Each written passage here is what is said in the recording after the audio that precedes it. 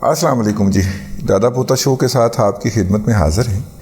اور جیسا کہ وہ میرے خیال محمد علی جوہر صاحب کا واقعہ ہے کہ جہاز ڈوب، وہ آپ برطانیہ کا سفر کر رہے تھے بحری جہاز میں، تو جہاز ڈوب رہا تھا اور بڑے ہچکولے کھا رہا تھا.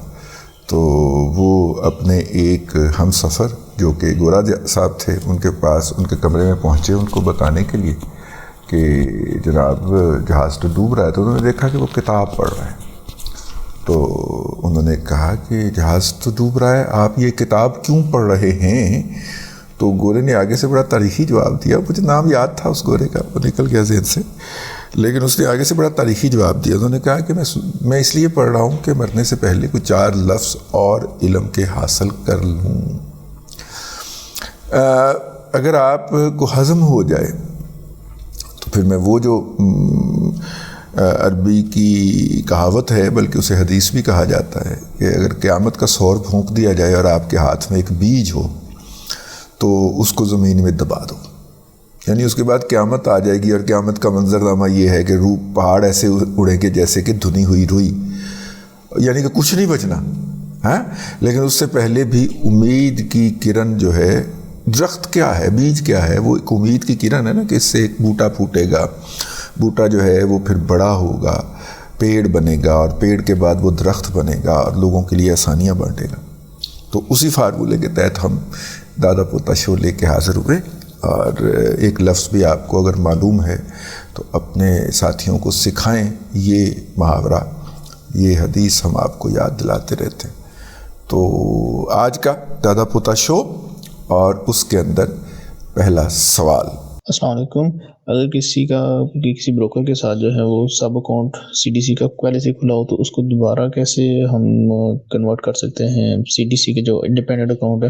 جی، اس کے لیے آپ کو ایک نیا کام کرنا پڑے گا، اور وہ کام یہ ہے کہ آپ کو الگ سے جا کے اکاؤنٹ کھلوانا پڑے گا. اور پھر وہ اکاؤنٹ کھلوانے کے بعد آپ کو یہ پیسے سب اکاؤنٹ سے اپنے اکاؤنٹ میں پیسے کہہ رہا ہوں، شیئرز سب اکاؤنٹ سے اپنے اکاؤنٹ میں ٹرانسفر کرنا پڑیں گے، تاکہ آپ کا اثاثہ، آپ کی جائیداد آپ کے کنٹرول میں آ جائے، آپ کے قابو میں آ جائے، اور وہ پھر آپ کا اکاؤنٹ ہوگا. آپ اس اکاؤنٹ کا لاگ ان پاس ورڈ اپنے ٹریڈر کے ساتھ شیئر کر لیں اور اسے کہیں تاکہ وہ وہاں سے نکال کے ٹریڈ کر دیا کرے. موت اس کو بہت پڑے گی. اس کا پھر ایک اور بہترین حل ہے، پھر آپ خود ٹریڈنگ کر لیا کریں. اپنے لیپ ٹاپ کے اوپر وہ سافٹ ویئر اور اپنے موبائل کے اوپر وہ سافٹ ویئر آپ لاگ ان کر سکتے ہیں. وہاں پہ آپ نے پرماننٹلی لاگ ان کیا ہوگا، تو وہ ٹریڈنگ آپ بروکر کے ذریعے کیا کریں گے، لیکن آپ اپنے اکاؤنٹ سے کیا کریں گے. تو اگر آپ اپنے اکاؤنٹ سے لاگ ان ٹرانسفر کرتے ہیں اور ٹریڈنگ کرتے ہیں تو یوں آپ محفوظ ترین ہو جاتے ہیں. لیکن اگر آپ نے ٹریڈر کے ذریعے ہی کرنا ہے تو پھر آپ کو وہ کرنا پڑے گا جو میں نے آپ سے عرض کیا ہے کہ اس کی چیک بک بھی ہوتی ہے، آپ اسے چیک بھی دے سکتے ہیں اتنے شیئرز کا. لیکن 100 مسئلے کا ایک کوئی حل تو بہتے پانی کا ایک کوئی حال. نواب ٹیوبل خود کریں، خود کرنا سیکھیں. آپ نے کمانا ہے نا، تو اپنی کمائی کو کسی اور کے ہاتھ میں کیوں دیتے ہیں؟ آپ ایک چھوٹے سے چھوٹے دکاندار سے سیکھیں. وہ گلے کے اوپر کبھی اپنے ملازم کو نہیں بٹھاتا، گلے کے اوپر خود بیٹھتا ہے، اپنے بیٹے کو بٹھاتا ہے، ملازم کو گلہ نہیں دیتا. اور اگر دیتا ہے تو کیش مشین لگا کے دیتا ہے ساتھ میں، کہ ایک ایک پیسہ جو آئے یا ایک ایک پیسہ جو باہر جائے اس کا وہ حساب رکھے. اور یہ یہاں تک حساب رکھے کہ کس گاہک کو کتنی ادائیگی کی اور کتنے پیسوں میں کی. 10 کے کتنے نوٹ تھے، 50 کے کتنے تھے، 75 کے کتنے تھے، 100 کے کتنے تھے، اور جب اس نے وصول کیے تو یہی ترتیب کے ساتھ کیسے وصول کیے. تو آپ ایک چھوٹے سے دکاندار سے ہی سیکھ لیں بھائی، اور اپنی ٹریڈنگ سٹاک مارکیٹ کے اندر اپنے ہاتھوں سے، اپنے موبائل سے، اپنے لیپ ٹاپ سے، اپنی ٹیبلٹ سے کیا کریں. اگلا سوال. السلام علیکم دادا جی، میرا نام راشد ہے اور میں لاہور میں رہتا ہوں. میں ایک چیز پوچھنا چاہتا ہوں کہ یہ کال سینٹر کیا ہوتے ہیں اور یہ کیا سروسز پرووائڈ کرتے ہیں؟ کال سینٹر اب تو بڑا سادہ سا بزنس ہو گیا ہے. آپ کے موبائل میں کوئی مسئلہ ہو تو وہاں پہ ہیلپ لائن کا نمبر دیا ہوتا ہے. آپ جب اس ہیلپ لائن پہ کال کرتے ہیں تو کیا آپ کا خیال ہے کہ کمپنی اٹھاتی ہے؟ نہیں، کمپنی نے آگے کسی کال سینٹر کو ٹھیکہ دیا ہوتا ہے. تو وہ کال سینٹر میں کال جاتی ہے آپ کی، وہ وہاں سے آپ سے پوچھتا ہے جی آپ کو کیا مسئلہ ہے، آپ بتاتے ہیں کہ جناب میرا پیکج لگایا تھا وہ ایروڈ ہو گیا، یہ ہو گیا، وہ ہو گیا. وہ پھر آپ کو آگے سے یا تو تسلی دیتا ہے کہ نہیں یہ باقی نال بھی NGO ہو رہا ہے، یا پھر آپ کو کسی نئے راستے پہ ڈالتا ہے. تو وہ جو آپ کو سروس پرووائڈ کر رہا ہوتا ہے وہ کال سینٹر والا، وہ بنیادی طور پہ اسے ہم کال سینٹر کہتے ہیں. وہاں پہ آپ کا کال لینڈ کرتی ہے، اور یہ ہر ایک کے سلسلے میں ڈالنس کا اپنا کال سینٹر ہے، اورینٹ کا اپنا کال سینٹر ہے. اور یہ اپنے نہیں بنایا ہوا انہوں نے، یہ بات ذہن میں رکھیے گا. انہوں نے آگے مختلف گروپ ہائر کیے ہوتے ہیں. یہ تو ہو گئی لوکل کمپنیاں جن کا کال سینٹر ہوتے ہیں، اور وہ چونکہ کال سینٹر کے اندر بہت سارے لوگ کام کر رہے ہوتے ہیں تو وہ اتنے لوگوں سے ڈیل کرنے کی بجائے کسی کمپنی کو یہ آؤٹ سورس کر دیتے، ٹھیکہ دے دیتے ہیں. اس طرح بیرون ملک کمپنیاں ہیں، انہوں نے بڑے بڑے کال سینٹر بنائے ہوتے ہیں. اگر امریکہ کی کوئی کمپنی ہے اور اس کے کال سینٹر کا ٹھیکہ آپ کو ملتا ہے تو پھر آپ کو ایسے بچے ہائر کرنا پڑیں گے جن کو امریکی لہجے کے اندر انگریزی بولنی آتی ہو، کیونکہ وہاں کی عوام الناس کی کالز ان کو آ رہی ہوں گی. تو وہ وہاں سے کال سینٹر، یہ بھارت میں اس وقت یہ بہت زیادہ بزنس ہے کال سینٹرز کا، اور جو ہے وہ بچے بھی اچھا کماتے ہیں جن کو وہ والا ایکسنٹ سیکھ لیتے ہیں، اور یہ بھی بڑا ان کو بھی اچھی بچت ہو جاتی ہے. تو یہ ہوتا ہے جی کال سینٹر. سیٹیں جو ہوتی ہیں مطلب کتنے لوگ آپ نے رکھے ہوئے ہیں وہ آپ کی اسٹرینتھ کو شو کرتا ہے. ٹھیک ہے. اس طرح سافٹ ویئر کا کال سینٹر بھی ہو سکتا ہے. کوئی کال سینٹر ہے، کوئی سافٹ ویئر ہے، اس نے انٹرنیشنلی مارکیٹ کیا ہوا ہے، اس کا ایک سافٹ ویئر ہے.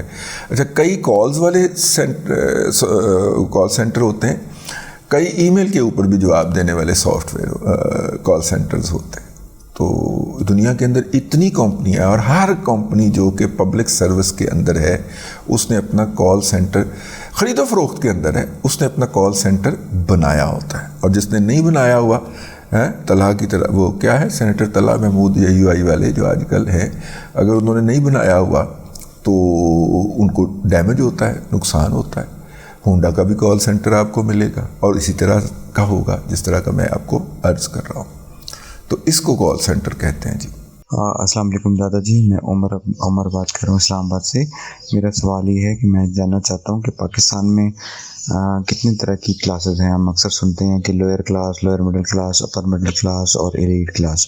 تو کائنڈلی اس پہ تھوڑی سی روشنی ڈالیے کہ یہ کلاسز کو ہم کیسے کلاسیفائی کریں گے، ان کی آمدن کی بیس کے اوپر، اور دوسرا یا ان کے اثاثوں کی بنیاد کی بیس کے اوپر.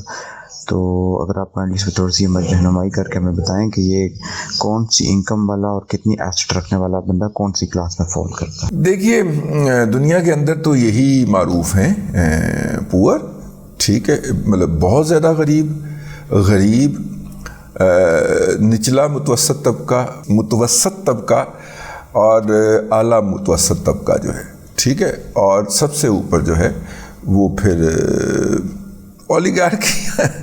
نہیں، میرا مطلب ہے کہ کوئی نہ کوئی گارکی آ جاتی ہے. میرا مطلب ہے کہ وہ ویلر ڈیلرز، یہ وہ سارے جو بھی لوگ کام کرتے ہیں وہ اپر مڈل کلاس میں ہی آتے، مطلب جتنی مرضی ان کی انکم ہو جائے وہ اپر مڈل کلاس میں ہی آتے ہیں. مثلا ہمارے یہ جو جج صاحبان ہیں، یہ جو وکلا ہیں، بل نام نہاد ہی صحیح کام تو کرتے ہیں نا.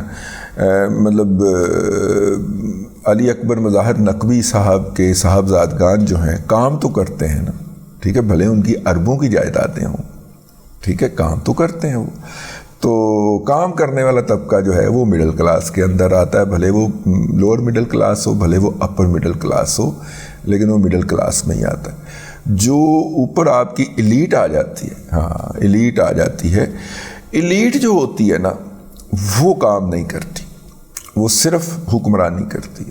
لازمی نہیں کہ وہ وزیر اعظم بن جائیں یا وہ اللہ آپ کا بھلا کرے، وہ میرا مطلب ہے کہ کمپنی کے مالک بن جائیں، وہ کام نہیں کرتے. ہمارے ہاں مسئلہ یہ ہے کہ یہ کلاسز پاکستان کے اندر بڑی آپس میں مکس اپ ہو جاتی ہیں، ڈسٹارٹ ہو جاتی ہیں. وجہ کیا ہے؟ ہمارے ہاں جس کی 100 ایکڑ زمین بھی ہے، اس نے وہ 100 ایکڑ زمین ٹھیکے پہ دی ہوئی ہے.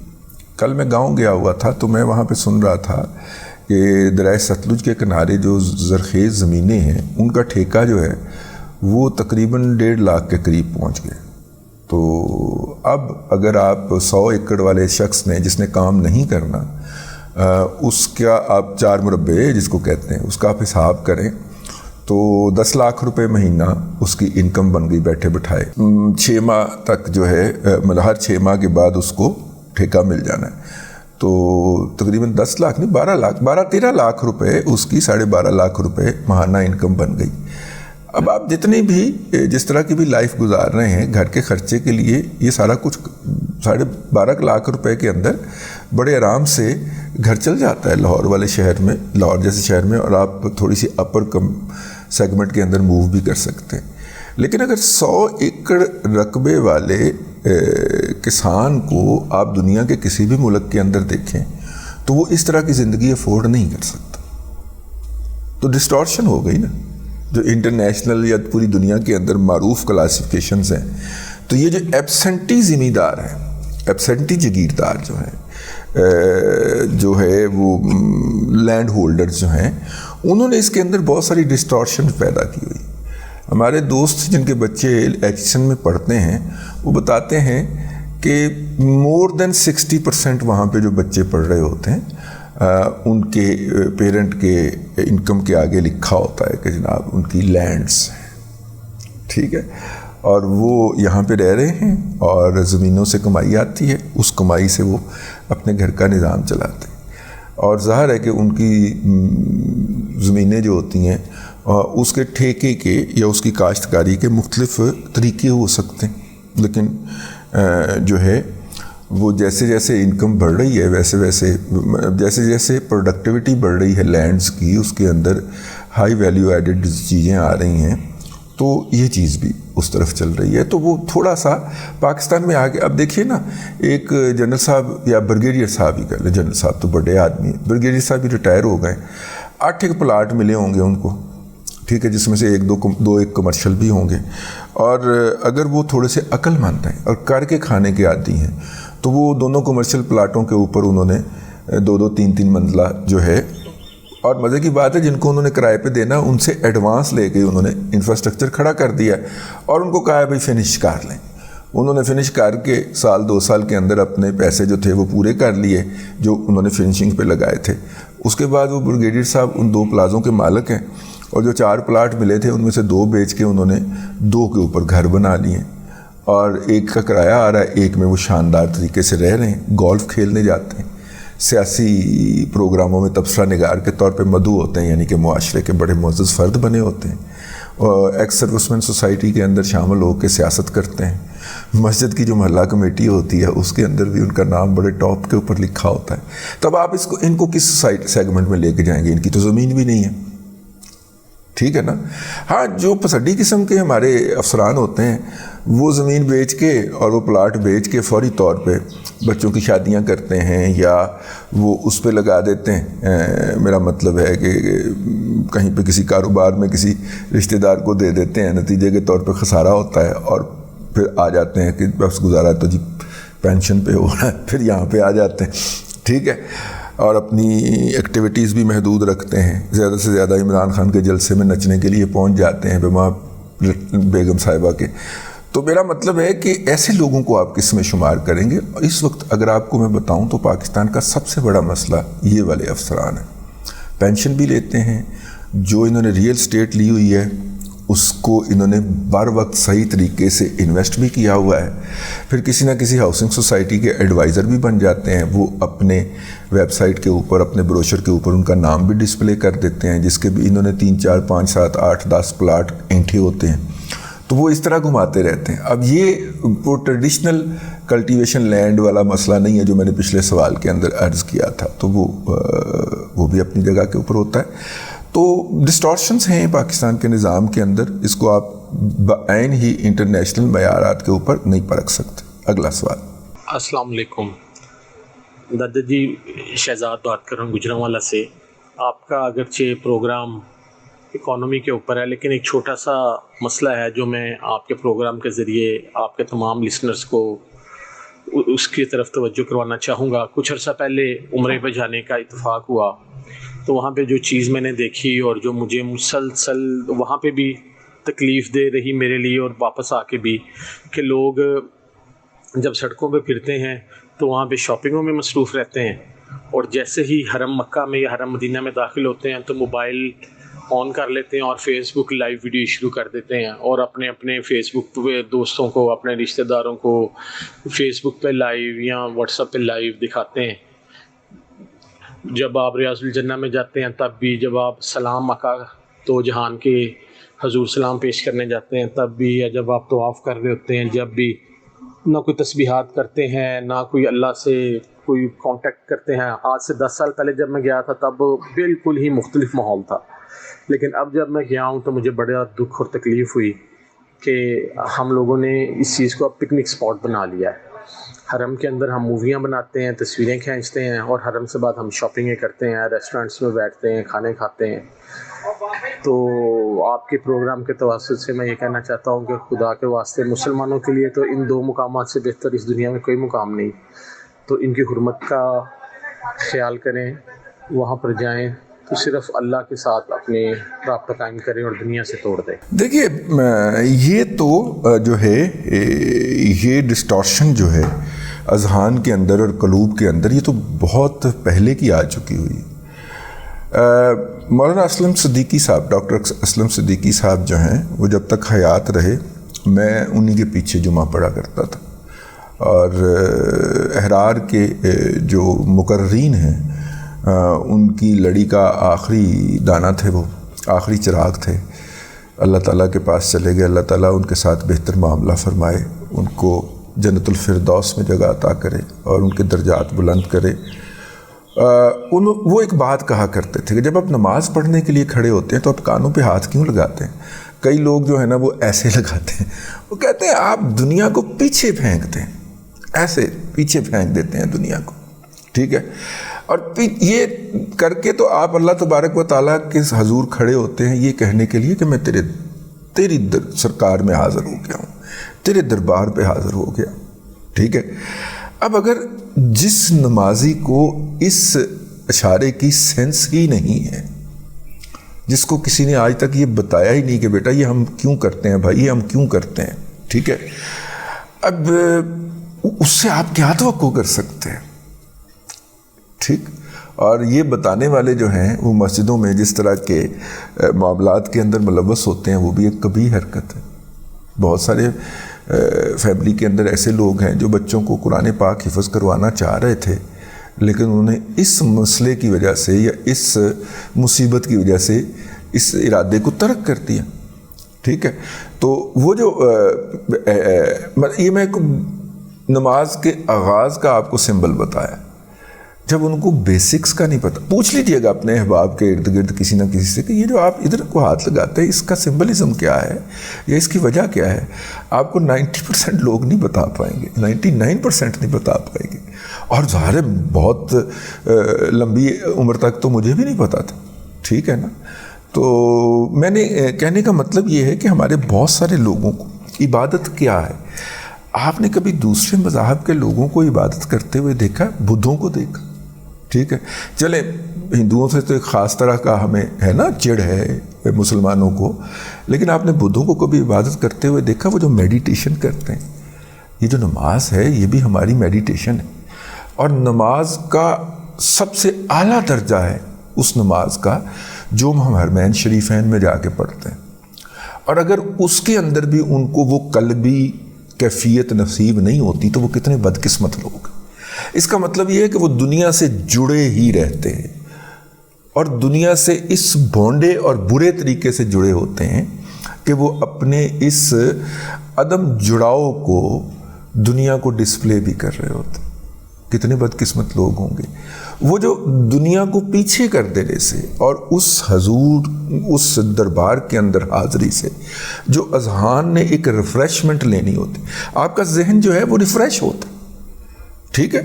آپ جو ہے ایک نئی ذہنی کیفیت میں آتے ہیں, اور نفسیات کہتی ہے کہ یہ ذہنی کیفیت آپ کے لیے بہت ضروری ہے. آپ کی ذہنی صحت کے لیے بہت ضروری ہے۔ اس طرح کے لوگوں کو آپ گاڑیوں کے ایکسیڈنٹ کرتے ہوئے دیکھیں گے، یہ جو وہاں پہ بیٹھے ہوئے، کیونکہ وہ ایک ہی مینٹل کنڈیشن میں ہوتے ہیں اور دماغ مسلسل گھوم گھوم کے ایک کیفیت میں آ جاتا ہے، وہ ایک ہی مینٹل کنڈیشن میں ہوتے ہیں، وہ اس مینٹل کنڈیشن کو توڑتے نہیں ہیں، کسی جگہ پہ ٹوٹنے نہیں دیتے، اور جیسے ہی وہ ٹوٹنے نہیں دیتے، نہ ان کو اپنا ہوش ہوتا ہے، اور اپنا ہوش نہیں ہے تو پھر دنیا کا کیا دنیا کو کے اوپر وہ پوری طرح وہ جو کہتے ہیں نا، وہ دنیا کو اپنا معبود بنا لیتے ہیں، دنیا کی پوجا کر رہے ہوتے ہیں۔ وہ یہ ہے کہ وہ ایک لمحے کے لیے بھی اپنی دنیا سے ڈسکنیکٹیوٹی جو ہے وہ افورڈ نہیں کرتے۔ آپ دیکھیے پورے ملک کے اندر انٹرنیٹ کے ڈسکنیکٹیوٹی کے اوپر کتنی زیادہ چیخ و پکار بلند ہوئی، کیا کہ دنیا سے ان کا رابطہ ٹوٹ گیا تھا۔ تو اچھا ہے بھائی، کچھ اپنے آپ سے بات کرو، کچھ اپنے رب سے لو لگاؤ، اس کو مخاطب کرو، اس کے ساتھ لاڈیاں کرو، اس کے ساتھ گفتگو کرو، اور جب آپ صمیم قلب کے ساتھ، یکسوئی کے ساتھ اس سے مخاطب ہوں گے تو آپ کو جواب بھی آئے گا۔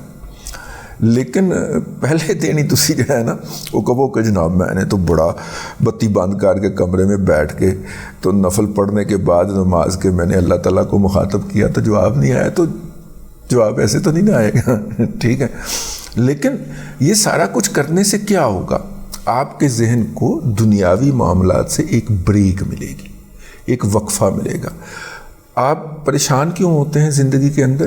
کیونکہ دنیا کے بہت سارے معاملات آپ نے اپنے اوپر سوار کر رکھے ہوتے ہیں، اور ان معاملات کا آپ کی محدود عقل کو جواب نہیں سوجھ رہا ہوتا، ٹھیک ہے۔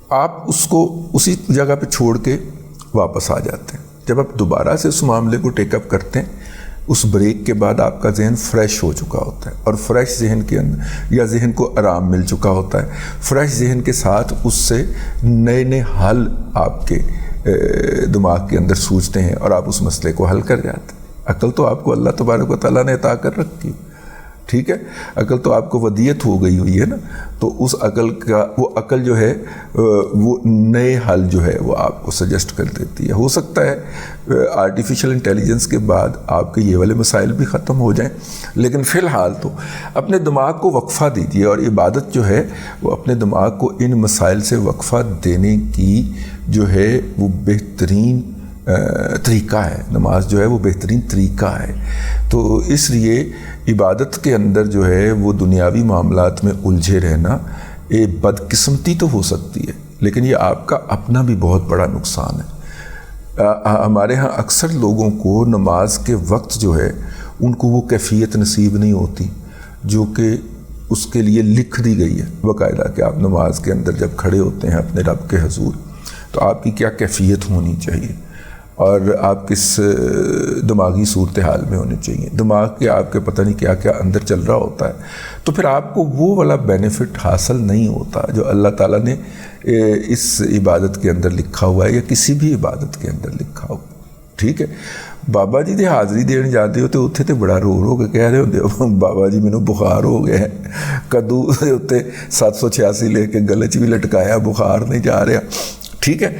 تو یہ بہرحال ذرا لائٹر میں نے کر دیا، لیکن یہ ہے جی ٹریجڈی ہمارے، خاص طور پہ جو نو دولتی ہوتے ہیں جن کو کوئی چیز نئی ملی ہوتی ہے، اور پنجابی کا محاورہ ہے کہ بھوکے ٹھڈ بھوکے جٹ کٹورا لبیا، پانی پی پی آفڑیا، تو وہ پھر وہ یہی حالت ہوتی ہے۔ ہم پھر کوئی چیز، کوئی ٹیکنالوجی، کوئی سہولت حاصل ہو جاتی ہے ہمیں، تو اس کو ہم اپنی بہت بڑی اچیومنٹ سمجھتے ہوئے پوری دنیا میں کرتے پھرتے، اور اس سے اپنے آپ کو ذہنی طور پہ الگ نہیں کرتے، جس کے نتیجے کے اندر کسی کو برین ہیمریج ہوتا ہے، کوئی پاگل ہو جاتا ہے، کوئی نیم پاگل ہو جاتا ہے۔ یہ اس کی وجہ بنیادی طور پہ یہ ہوتی ہے۔ لیں جی، آج کے دادا پوتا شو سے اتنا ہی، اگلے پھر دادا پوتا شو میں آپ سے ملاقات ہوگی۔ اللہ تبارک و تعالیٰ آپ کو آسانیاں عطا کرے، اور آسانیاں خلق خدا میں تقسیم کرنے کی توفیق عطا کرے۔